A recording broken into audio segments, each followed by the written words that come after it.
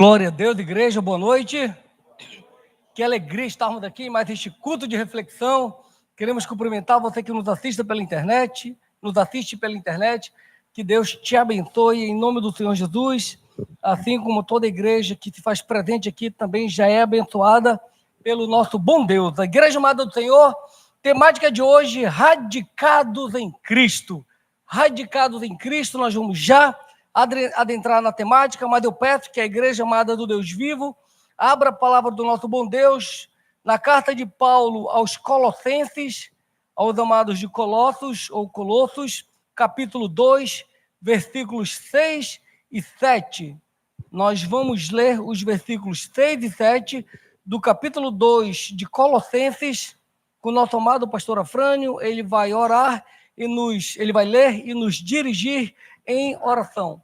Colossenses capítulo 2, versículos 6 e 7, meu pastor. Ora, como recebestes Cristo Jesus, o Senhor, assim andai nele radicados e edificados e confirmados na fé, tal como fostes instruídos, crescendo em ações de graças. Te bendizemos, Deus eterno, Deus maravilhoso, glorioso, majestoso, por nos encontrarmos na tua presença, onde há liberdade para congregar, para estarmos contigo ligando e desligando nos céus, na terra. Obrigado, Pai, pelos 5 minutos de oração. Obrigado pela linda e gloriosa ministração, pelos lindos e gloriosos louvores. E agora também capacita-nos para que possamos receber a tua palavra, já colocada no coração do teu servo, o presbítero Luciano Gonçalves, já devidamente ungido pelo teu Espírito Santo, e que nos venha para essa palavra conforme a tua vontade. Em nome de Jesus, amém. Amém, glória a Deus. Muito obrigado, meu pastor. Radicados em Cristo, amados. Vamos já falar do versículo que nos foi lido pelo nosso amado pastor Afrânio, do capítulo 2. Mas antes vamos entender um pouco do contexto desta carta. Esta carta que foi endereçada de Paulo para os Colossenses. Nós sabemos que a igreja de Colossenses não foi fundada por Paulo, foi fundada por um colaborador dele, chamado Epáfras. Epáfras, então, sendo colaborador de Paulo, a Bíblia chama que ele era amado conservo juntamente com Paulo e fiel ministro de Cristo. Epáfras vai visitar Paulo lá em Roma, na prisão, e Epáfras chega lá, dá um relatório da igreja para Paulo, e Paulo então decide escrever esta carta, inspirado pelo Espírito Santo, para os irmãos da igreja de Colosso. E quem leva essa carta não é o próprio Epáfras, só para você entender o contexto. Quem leva essa carta para os irmãos de Colossenses e lê para os irmãos é Tíquico, amados. Ele é quem leva e lê a carta lá para os irmãos. Por quê? Porque Epáfras ficou um tempo mais com Paulo em Roma, juntamente com Timóteo. Só depois ele volta para continuar o seu mistério, o seu serviço, a sua atribuição lá na igreja. E eu falei que Epáfras era fiel ministro de Cristo e amado conservo. Nós vamos ler o versículo, no data show mesmo, versículo 1 e versículo 12 de Colossenses 1, só para a gente corroborar, só para corroborar com essa informação. Pode colocar o primeiro versículo. Ok. Segundo fostes instruídos por Epáfras, Paulo falando aos irmãos de Colossenses, segundo fostes instruídos por Epáfras, nosso amado conservo, e quanto a vós outros de Colosso, fiel ministro de Cristo. Ele é o fiel ministro de Cristo à frente daquela obra. Segue o outro versículo. Capítulo 4, versículo 12. Saúda-vos Epáfras, que é dentre vós servo de Cristo Jesus, o qual se esforça sobremaneira continuamente por vós nas orações, segue, para que vos conserveis perfeitos e plenamente convictos em toda a vontade de Deus. Então ele ficou com Paulo lá, mandou a carta por Tíquico, e Epáfras fica lá, mas Epáfras, quando chega lá, ele vai falar para Paulo algumas coisas. Ele fala: Paulo, olha, a igreja de Colossos, a igreja lá, ela está uma bênção, ela está crescendo, ela está frutificando, ela está produzindo. Só que nós estamos passando por alguns problemas, nós estamos enfrentando algumas pressões externas, algumas pressões culturais que está investindo contra os irmãos da igreja para que eles se afastem de Cristo, para que está tentando eles, para que eles se distanciem da verdade, da palavra da verdade, para que eles se distanciem de Cristo. É como se Só para você entender, como se a missionária Lourdes viesse da igreja da Vila do Equador aqui para Manaus, eu vou conversar com o pastor Afrânio. E ele, meu pastor amado, tudo bem? Pastor, minha missionária, como é que a senhora está? Estou bem. Como é que está a igreja da Vila do Equador? A igreja está bem, está crescendo, está uma bênção. Mas chegou agora lá, na nossa comunidade, na nossa vila, algumas seitas, algumas religiões, algumas coisas que estão influenciando, estão cativando, estão tentando pegar, trazer para si alguns irmãos da nossa igreja, alguns irmãos de nós, com suas sutilezas, com suas lisonjas, com as suas palavras. Agora chegou lá o espiritismo, que fica tentando cativar os irmãos para lá. Tem uns góticos que também estão lá, tentando pegar os jovens da nossa igreja. Está tendo isso, aquilo, e ela relatasse. E foi exatamente isso que Epáfras falou para Paulo, falou dessa necessidade, falou do que estava acontecendo ali naquela igreja.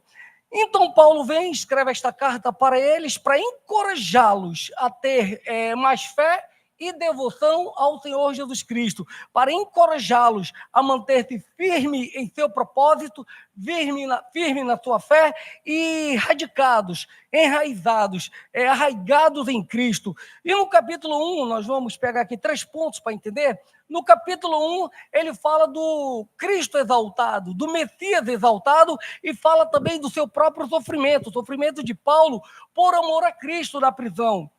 No capítulo 2, ele aborda as questões das pressões culturais que estavam sendo impostas sobre os irmãos os amados de Colosso, os irmãos colossenses, para que eles se afastassem de Jesus. E nós vamos trabalhar apenas esses 3 pontos. Cristo exaltado, mostrando que Paulo mostra a graciosidade da divindade de Deus em Cristo, tendo ele o próprio Deus. Falar da tribulação que ele passa, que isso redunda para a glória de Deus, e falar justamente dessas pressões que eles estavam sofrendo, que eles estavam enfrentando, para que nós tenhamos um entendimento pleno, claro, da importância de nós estarmos radicados em Cristo Jesus. Amém, igreja? Glória a Deus. Hoje foi essa introdução, ela foi bem curtinha, a palavra vai ter breve, vai ter bem didática, vai ter bem enxuta, tá bom? Então, no capítulo 1, logo aí no início, Paulo começa, depois que ouve as palavras de Epáfras, quando ele vai escrever, ele começa orando pelos irmãos de Colosso, ele começa orando por eles, começa dando graças a Deus pela vida dele, começa dando graça pela fé deles em Cristo Jesus e pelo amor que eles tinham para com todos os seus santos, para o amor que eles tinham para com o corpo de Cristo, para com a igreja. E Paulo vai dizendo, e Paulo ora agradecendo a Deus por isso, por essas virtudes, por essas características nos irmãos de Colosso. Paulo também ora pedindo de Deus que Deus dê a eles, para que eles cresçam em sabedoria, para que eles cresçam no entendimento espiritual, que é o discernimento de espírito, que eles entendam isso. E Paulo ora para que eles cresçam no conhecimento da vontade de Deus. Então, Paulo faz essa oração, crendo que eles iriam ouvir este texto, eles iriam produzir no coração deles e que isso iria frutificar na vida deles. Paulo ora agradecendo a isso. E Paulo também aí fala justamente da excelência de Cristo, a excelência do Senhor Jesus Cristo. Mas antes dele falar da excelência do amor de Cristo, que está nos versículos, a excelência de Cristo, que está nos versículos do 15 até o 20 do capítulo 1, ele fala no versículo 13 e 14 da graça, da libertação, da transformação, daquilo que o Senhor nos chamou. E diz o seguinte, coloca no data show que nós temos, Colossenses 13 e 14. Ele diz o seguinte: e dele dou testemunho, dele é de Jesus Cristo, que por muito se preocupa por vós. Opa, tá errado, segue. Esse daí é o resto do outro, pode passar. Ok? Ele que em Cristo nos libertou do império das trevas e nos transportou para o reino do Filho do seu amor. Pode seguir. No qual temos a redenção, a remissão dos pecados. Então ele fala justamente disso. Ele fala que o Senhor Jesus nos libertou e nos transportou do império das trevas para o reino do Filho do seu amor, e em Cristo nós temos a redenção, a remissão dos nossos pecados. Em Cristo nós somos restaurados, em Cristo nós somos resgatados, em Cristo ele vem e transforma nossas vidas. Aí ele vai falar dessa excelência, desse Cristo. E o texto diz o seguinte, versículo 15, você pode acompanhar comigo, caso queira, não está no data show. Versículo 15 do capítulo 1 diz o seguinte, posso ler, igreja? Glória a Deus. Este que é em Cristo é a imagem do Deus invisível, o primogênito de toda a criação. Interessante segura aqui rapidinho. Quando ele vai falar o que está no versículo 15 até o versículo 20, nós que conhecemos a palavra, a gente vai ver que ele traz Gênesis capítulo 1, ele traz Salmos 2, traz Salmos 8, traz Salmos 68, traz Provérbios 8, traz Gênesis 40, e ele traz tudo isso para corroborar com isso que ele está escrevendo. E ele fala exatamente isso. Este é a imagem do Deus invisível, o primogênito de toda a criação, pois nele, Cristo, foram criadas todas as coisas, nos céus e sobre a terra, as visíveis e as invisíveis, sejam tronos, sejam soberanias, quer principados, quer potestades. Tudo foi criado por meio dele e para ele. No versículo 17, ele diz o seguinte: ele é antes de todas as coisas. Nele tudo subsiste, tudo existe debaixo dele. Foi a partir dele que foram criadas todas as coisas. Sem ele, nada do que foi feito se fez. E quando ele fala isso para os irmãos de Colossos, nós vamos entender no capítulo 2, quando ele vai falar, nós vamos já chegar lá, da filosofia mundana, da sutileza, da pressão grega que havia ali para que eles adorassem outros deuses, para que o politeísmo fosse implementado. E ele está falando justamente disso, da grandiosidade de Cristo, da sua excelência, da sua soberania, de que tudo foi feito por meio dele e que sem ele nada do que foi feito se fez e que nele subsiste todas as coisas.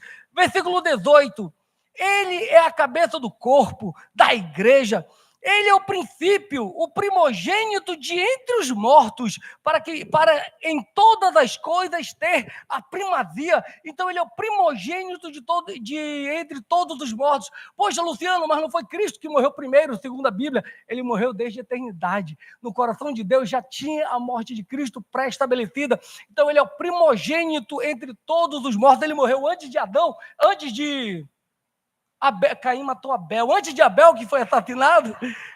É que às vezes o pessoal troca, quem morreu quem? Ele morreu antes de Abel que foi assassinado? Antes de Abel que foi assassinado, porque ele é a primazia dos mortos, amados, e ele é o primeiro, ele é o único, ele é o soberano. Versículo 18 ainda, 19 agora. Porque aprove a Deus que nele quem? Cristo, residisse toda a plenitude do próprio Deus, residisse em Cristo, sendo ambos uma só pessoa, e que havendo feito a paz pelo sangue da sua cruz, por meio dele, Cristo, reconciliasse consigo mesmo todas as coisas, quer sobre a terra, quer nos céus. E eles ouviram isso, eles ficaram impactados, eles entenderam. E Paulo, então, transmite isso para aqueles irmãos. Fala dessa graça, fala dessa soberania, fala dessa graciosidade que é o nosso Deus, que é Cristo. E nos versículos 21 e 22, ele vai falar dessa mudança, ele vai falar dessa transformação que nós temos quando nós recebemos a Cristo. Quando nós temos Cristo como Senhor e Salvador de nossas vidas. E o versículo 21 diz o seguinte, pode acompanhar caso queira comigo. E a vós, outros também, que outrora éreis estranhos e inimigos no entendimento pelas vossas obras malignas, pelo vosso mundano proceder, pelas coisas erradas que vocês faziam, pela forma como vocês se conduziam, se comportavam, pela postura de vocês, pelo caminhar de vocês.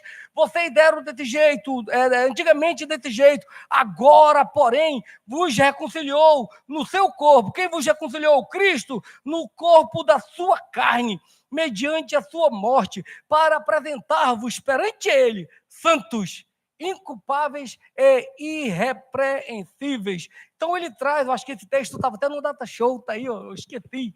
Então ele traz isso para a igreja, ele traz isso para os irmãos de Colosso, e traz esse entendimento, traz essa memória, traz isso para que eles compreendam o que eles eram antes e o que eles são agora, para que eles, como lavados, como renovados, como transformados, não sejam como uma porca que depois de ser lavada, volta a envolver-se, a deitar-se na lama de onde ela foi tirada. Ele traz justamente isso, vós sois novos, vocês são novas criaturas, vocês são novas pessoas diante do Deus Todo-Poderoso. E Paulo continua agora, e ele vai falar da alegria que é sofrer por amor a Cristo. Ele vai falar justamente disso, nos versículos 24 até o 29. Eu vou ler com vocês, tá bom? Agora me regozijo nos meus sofrimentos por vós, e preencho o que resta das aflições de Cristo na minha carne, a favor do seu corpo, que é a igreja. Ele se regozija porque ele está sofrendo, ele está preso, ele padeceu por amor a Cristo. Igreja, da qual igreja, versículo 25, me tornei ministro de acordo com a dispensação da parte de Deus, que me foi confiada a vosso favor, igreja, para dar pleno cumprimento à palavra de Deus. O mistério que estiver oculto dos séculos e das gerações, agora, todavia, se manifestou aos seus tantos, da sua igreja, ele se manifestou para nós, aos quais Deus quis dar o conhecimento, aos quais da igreja, qual seja a riqueza da glória deste mistério entre os gentios. Gentios, sim, os irmãos de Colosso eram gentios, eles não eram judeus. Segure rapidinho, só para você ter uma ideia, a origem da palavra não judia desse menino e a origem da palavra gentil. Só um parênteses aqui para você entender.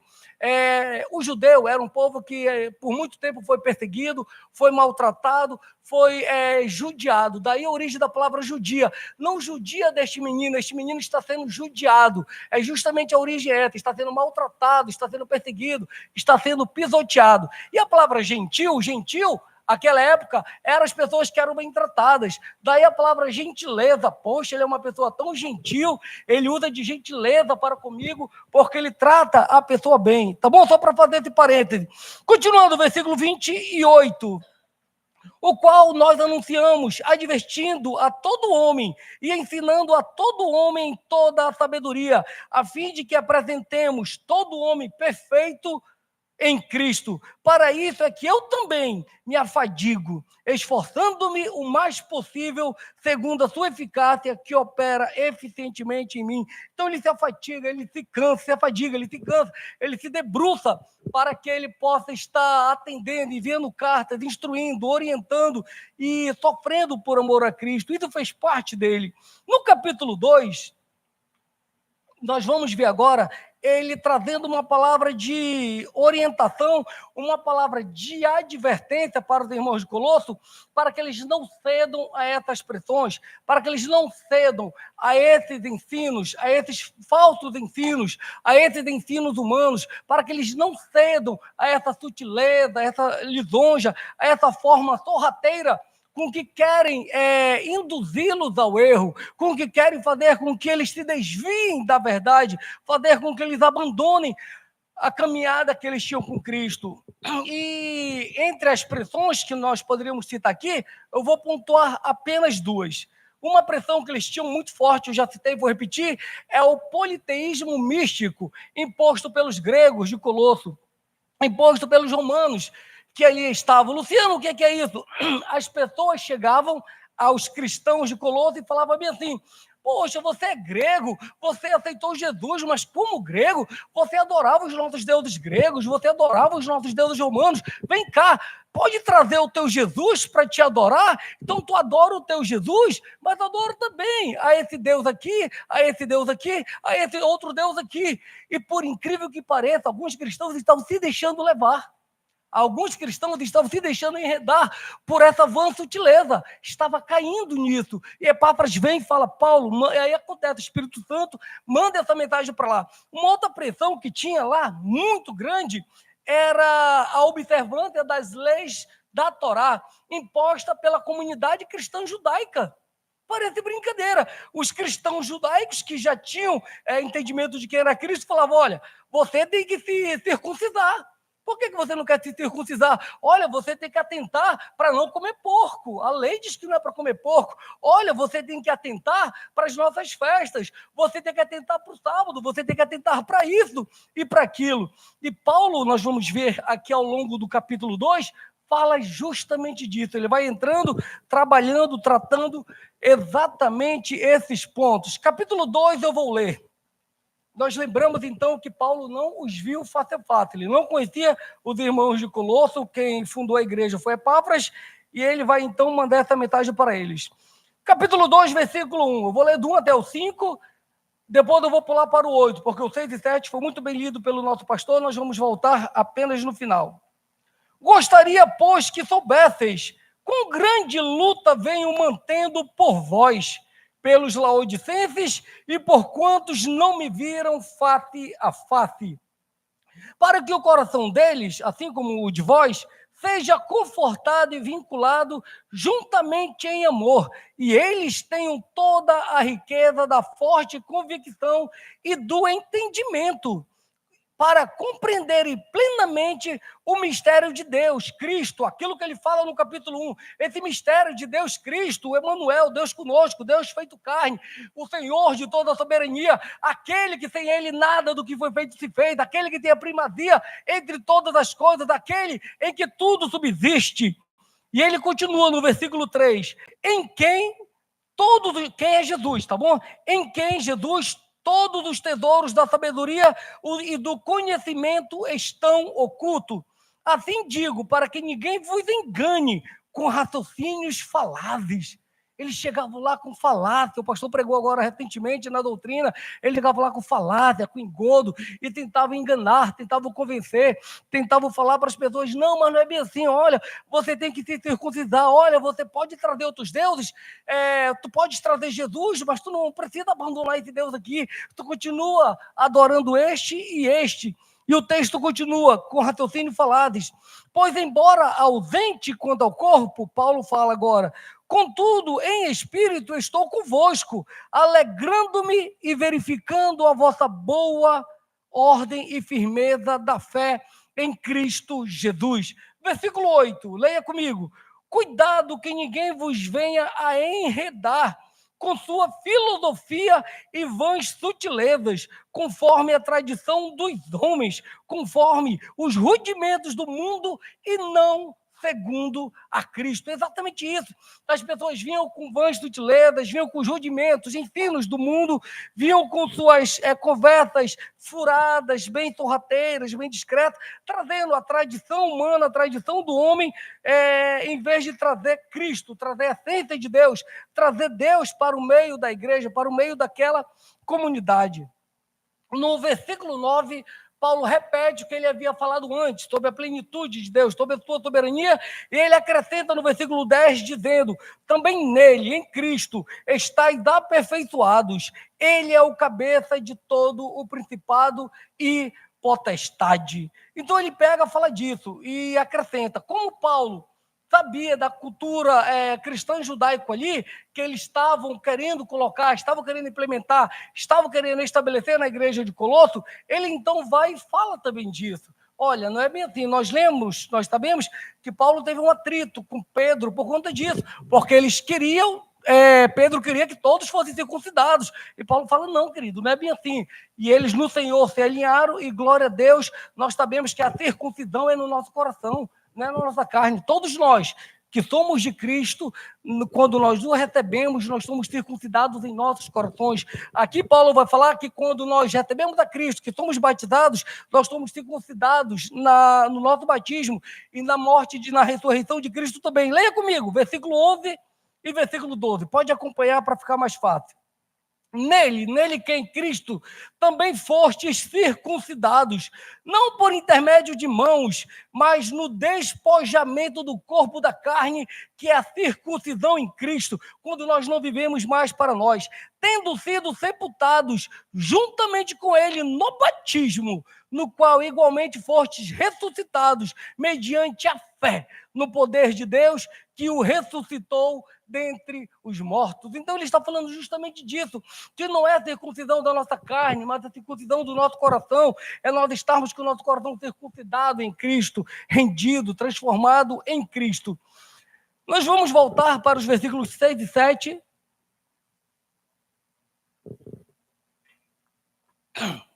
E nós vamos já entrar em rota de conclusão. Eu torno a ler. Ora, o pastor já leu, vou só repetir. Ora, como recebestes Cristo Jesus, o Senhor, assim andai nele. O texto não fala, assim andai com ele. O com dá a ideia de que ele pode estar do meu lado. O junto dá a ideia de que ele está próximo. Quando fala andar nele, é andar dentro dele, é andar nele, na pessoa dele. Você e ele ser um, vocês terem entranhados laços. Você está vivendo tanto a palavra que as pessoas olham e falam: eu vejo o reflexo de Cristo em ti, eu vejo Deus em ti. Por quê? Porque não ando segundo a minha vontade, eu não ando segundo a carne, mas eu ando segundo o Espírito de Deus. Então, quando o texto fala andar nele, é andar dentro dele, é andar totalmente envolvido por ele, totalmente cheio dele. Nele radicados. O que é radicado? Radicado é enraizado, é arraigado. Arraigado é quando as raízes estão mais profundas, estão todas entrelaçadas. É arraigado, é firmado, é consolidado, é fundamentado em Cristo. E o texto diz: nele radicados e edificados e confirmados na fé, tal como fostes instruídos, crescendo em ações de graça. Então o texto fala que nós devemos estar radicados em Cristo, firmado em Cristo, consolidado em Cristo, fundamentado em Cristo, meus irmãos, arraigado, firmado, enraizado nele. Então nós devemos crescer para baixo. O que é crescer para baixo? É ter raízes profundas em Cristo, é estar firmado em Cristo, é estar totalmente enraizado nele, interligado com ele, porque dessa forma, por mais que venham as lutas, por mais que venham as tribulações, por mais que venham as tempestades, nós vamos conseguir vencer. Então nós devemos estar radicados, firmados, consolidados, fundamentados em Cristo. Se nós formos pegar a linguística, a língua portuguesa, por exemplo, radical é a origem de uma palavra. Radical é o original, é o que dá origem a outras palavras, é o que dá origem às coisas. Então, o radical é o original, é aquele que vai dar origem a outras palavras, vai dar origem a outra coisa. Esse daqui é o radical, é o original. Daqui eu desenvolvi esse e multipliquei para esse e multipliquei para esse. Mas tudo saiu desse radical, tudo saiu dessa raiz, tudo saiu desta base, tudo saiu deste fundamento. Daqui eu consigo fazer as outras coisas. E nós vamos pegar um exemplo disso, a palavra feliz. Pode colocar a palavra feliz, por gentileza. A palavra feliz é uma palavra que ela é radical. E essa palavra, ela pode ter prefixo, aquilo que vem antes dela, e ela pode ter sufixo, aquilo que vem depois. Por exemplo, eu coloco o in, eu acho que é in, né? Infeliz. Veio um sufixo e juntou-se aquele radical, juntou-se aquela base, juntou-se aquele fundamento. Coloca um sufixo aí, por gentileza, dona. Isso. Felizmente, o radical permaneceu, veio um sufixo, veio algo que vem depois dele. E pode ter também prefixo e sufixo, pode colocar. Infelizmente, composto de prefixo e sufixo. O que eu quero dizer com isso, amados? Que Cristo, Deus, sendo o nosso radical, sendo a nossa base, sendo o nosso fundamento, sem ele nós não temos sentido antes e sem ele nós não temos sentido depois. O isolado, ele não tem significado. O mente, ele é outra coisa, ele não se junta, ele é um verbo, do verbo mentir, mas ele em si só não tem significado. Então nós, sem Cristo, nós não temos significado em nossas vidas, nem do que nós éramos antes, nem o que nós nos tornamos depois. Nós precisamos dessa base, nós precisamos desse fundamento, nós precisamos estar radicado nele, firmado nele, alicerçado nele. Amém, igreja? Glórias ao nosso bom Deus. Para encerrar, nós vamos ler, o pastor nos leu segunda-feira e nós vamos ler hoje. Tiago, capítulo 1, nós vamos ler os versículos 21, 22 e 25. Versículos 21, 22 e 25. E após a minha leitura, nós vamos aplaudir o Rei Jesus e o pastor Afrânio vai nos dirigir a oração para que o ministério de louvor venha. Posso ler, igreja? Versículo 21. Portanto, despojando-vos de toda impureza e acúmulo de maldade, acolhei com mansidão a palavra em vós implantada, a qual palavra é poderosa para salvar a vossa vida. Tornai-vos, pois, praticantes da palavra e não somente ouvintes, enganando-vos a vós mesmos. Versículo 25. Mas aquele que se considera mas aquele que considera atentamente na lei perfeita, lei da liberdade, e nela persevera, não sendo ouvinte negligente, mas operoso praticante, esse será bem-aventurado no que realizar. Aplaudamos o Rei Jesus. Esta foi a palavra que o Senhor nos deu para hoje. E eu peço uma oração com o nosso amado pastor Afrânio. Muito obrigado, Deus vivo, por tua palavra vinda do trono. Obrigado pela simplicidade do teu evangelho, pela grandeza dele, Pai, em nos mostrar que a tua palavra é para todas as épocas, para todas as gerações, Pai. E ela é uma palavra integralmente poderosa, em nome de Jesus. Amém, Senhor. Oh, glória a Deus. Louvado e